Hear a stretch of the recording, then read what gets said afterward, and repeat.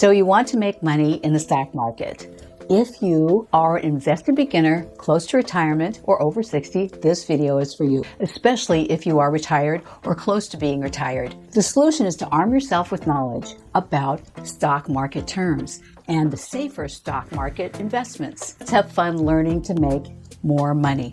Stock market investing can be scary to many, now especially considering the recent COVID news, the steep market downturns, and March 2020 crash. Stock market investing certainly was scary to me at first when I began investing 35 years ago. Knowledge that I'm providing here of the stock market, the various indexes, and exactly how to place a trade will help you to gain investing confidence. To help you gain the knowledge, this series of videos includes basic knowledge about the stock market and the different types of investments. We will also discuss which type of investments are safer or riskier, and then where to find a broker and how to place trades. We will also look at how to chart a stock or index fund and follow its trend, whether up or down, and finally, how to review a company's stock or index or mutual fund for potential investment. This first video is to help you gain solid grasp of the stock market, sectors, and basic terms such as buy or ask for a listed price. First, disclaimer, I am not a financial advisor and cannot give you financial advice. This is an entertainment channel about an important topic that we all care about and are interested in, making more money. In this video, I'm sharing what I've learned through my 35 years of investing experience. I'm Lynn with 60 Perfect, and thank you for being here today. All I ask is if you find value in this video to please give it a thumbs up and click subscribe for the complete series of related beginner videos. The fact is that there's always some level of risk when investing in the stock market. But if you arm yourself with knowledge and approach investing in a disciplined manner, this can be a great way to build wealth. First, let's review what makes up the stock market and the different types of stocks. A stock represents ownership in a company and an equal portion of the company's assets and earnings. Stock ownership means that you own a portion of the company as a portion of all the company's outstanding shares. You should know that the majority of companies listed on the stock market have millions or billions of shares.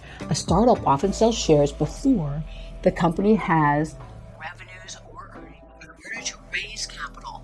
When a company does become established, it may need more funding than it can get from its operations or what is available through a bank loan. The company can decide to go public and sell shares through an IPO or initial public offering. Next, the company becomes a publicly traded company, and its shares can be held by individual shareholders and the general public. Once the company's shares begin trading, the share price will go up and down as the shares are bought and sold on the stock exchange. Basically, stock exchanges are markets where shares can be bought or sold. Today, the United States has many stock exchanges, and they also exist through the world. Most of these exchanges are linked to each other electronically.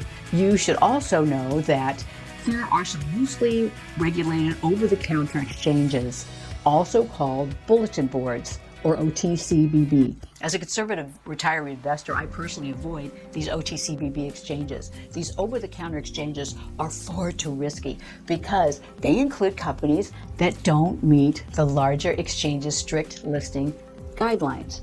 The tougher requirements often include that a company has been in operation for a good amount of time before being listed on a major exchange and also meets a level of profitability and value. There is a big benefit because the priority of these larger stock exchanges aim to protect investors through the establishment of strict rules and requirements.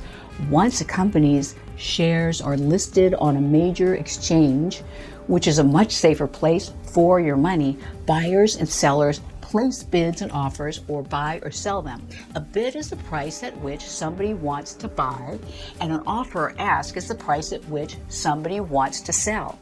When the bid and ask reach the same price, a trade is made. Today, computers do most of the price calculations. When buying stock, you'll see the bid and ask pricing spread on your broker's website, but often the price differences will just be a few cents. The broker acts as the middleman between the buyer and the seller. If there are more buyers for a stock than there are sellers, the stock price will go up. If there are more sellers of the stock than buyers, the stock price will go down. The bid price for stock is the highest price at which someone is willing to buy it, and the ask price shown as the lowest price at which a seller is willing to sell the stock. The spread is the difference in price between the bid and the ask price. A buy or sell happens when a buyer accepts the ask price or a seller accepts the bid price. Stock markets often have professional traders known as market makers to create continuous bids and offers.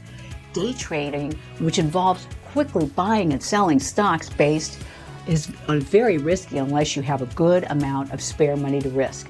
Day trading is not a good practice for retirees, but long-term investment is a proven way to build wealth over time. For example, the S&P 500 has historical average annualized return of approximately 10%. During some years, the stock market can go down significantly, and other years trend up hugely. These swings are called market volatility. To build a diversified portfolio without purchasing many individual stocks to research or individual companies, you can invest in a type of mutual fund called an index fund or an exchange-traded fund known as an ETF. These funds aim to mirror the performance of an index by holding the stocks or investments in that index. Many studies have shown that over the long term, stocks generate investment returns that are much better than returns from bonds, bank accounts, or money markets. You can make money from a profitable stock sale and also from its dividends. A dividend is a part of the profit that a company distributes to its shareholders. Dividends have contributed approximately 1/3 of the total returns in the stock market since 1956. Investors also seek big returns, can also potentially suffer big losses, and have a higher tolerance for risk. These types of investors make a bigger portion of their profit from the stock gains, while the most conservative investors make most of their returns from dividends. As we go through this series, I will help you to determine your tolerance for risk and the fit with related types of securities. Investors often track the stock market's performance by looking at a market index that covers many market sectors like the S&P 500 or the DJIA. Stocks are often classified by market capitalization and by sector. Market cap or capitalization refers to the total market value of a company's outstanding shares, calculated by multiplying these shares by the current price of one share of stock. The stock market includes large cap companies with a capitalization of $10 billion or more, and mid-cap companies with a market capitalization of between $2 billion and $10 billion, and small-cap companies between $300 million and $2 billion. Stocks are classified by sectors according to the Global Industry Classification Standard, or GICS. This is a 4-tiered industry classification consisting of 11 sectors and 24 industry groups. These 11 sectors are energy, communication services, consumer, discretionary consumer staples, financials, healthcare, industrials, information technology, materials, utilities, real estate. The defensive sectors include consumer staples, healthcare, and utilities. But more aggressive investors often prefer more volatile sectors like information technology, financial, and energy.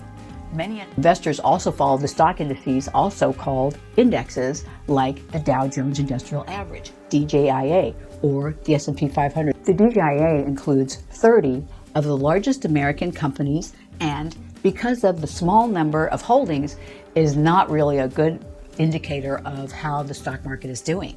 Alternately, the S&P 500 is made up of the 500 largest U.S. companies and is a much better indicator that investors can trade indices holdings through future markets or exchange-traded funds, ETFs, which trade like stocks. In addition to the GJIA, other commonly followed indexes in the U.S. include the S&P 500, NASDAQ, Composite, Russell indices, Russell 1000, Russell 2000. When you hear the term stock market mentioned, and this usually is referring to one of the major stock market indices, like the Dow Jones Industrial Average or the S&P 500, these indexes usually are a segment of the stock market, and their performance is often viewed as representing the entire stock market.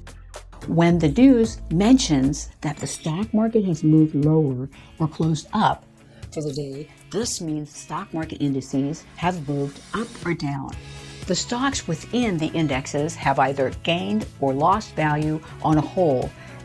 Investor who buy and sell stocks takes profits through this movement in stock prices. You will also hear the term short selling, which means that a stock trader is betting that a stock price will go down. Realize that there are risks with any investment, but stocks carry more risk and more potential for reward than many other securities. In the remainder of this stock market investing series, you will learn about investing in the different types of securities, such as stocks, bonds, indexes, mutual funds, and exchange-traded funds. Also how to select a broker, open an account, read a stock chart, and place a buy order. Then finally about how to value a company or fund and view the price to earnings ratio, history, and more. If you just want to get started, sign up for an account at Webull and get your 4 free stocks. I've listed an affiliate link for Webull below. This is an SPIC insured broker, and in the next video, I'll show you how to look at a stock chart and make a trade through the Webull app or their website. If you haven't yet, please give this video a thumbs up and subscribe so that others are notified of this video. Then visit the link above to view more videos on money, finances, and the rest of the stock market investing series. I look forward to seeing you in the next video. Bye.